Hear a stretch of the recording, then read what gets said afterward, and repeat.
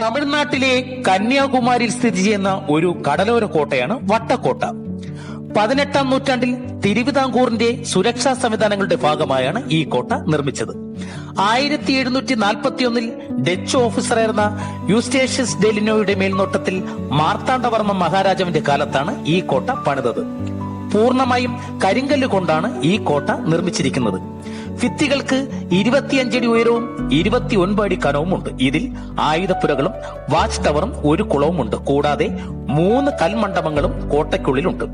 പഴയകാലത്ത് ഈ കോട്ടയുടെ മുകളിൽ നിന്നും പത്മനാഭപുരം കൊട്ടാരം കാണാമായിരുന്നു. ഒരു വശത്ത് കടലും മറുവശത്ത് പശ്ചിമഘട്ട മലനിരകളും കാണാവുന്ന മനോഹര സ്ഥലമാണ് വട്ടക്കോട്ട. കോട്ടയുടെ ഒരു വശത്തായി കറുത്ത മണൽ ബീച്ചുമുണ്ട്. കന്യാകുമാരിയിൽ നിന്നും 7 കിലോമീറ്റർ മാറിയാണ് ഈ കോട്ട സ്ഥിതി ചെയ്യുന്നത്. തിരുവിതാംകൂർ മഹാരാജാക്കന്മാർ അവസാനമായി പണികഴിപ്പിച്ച ഒരു കോട്ട കൂടിയാണ് ഇത്.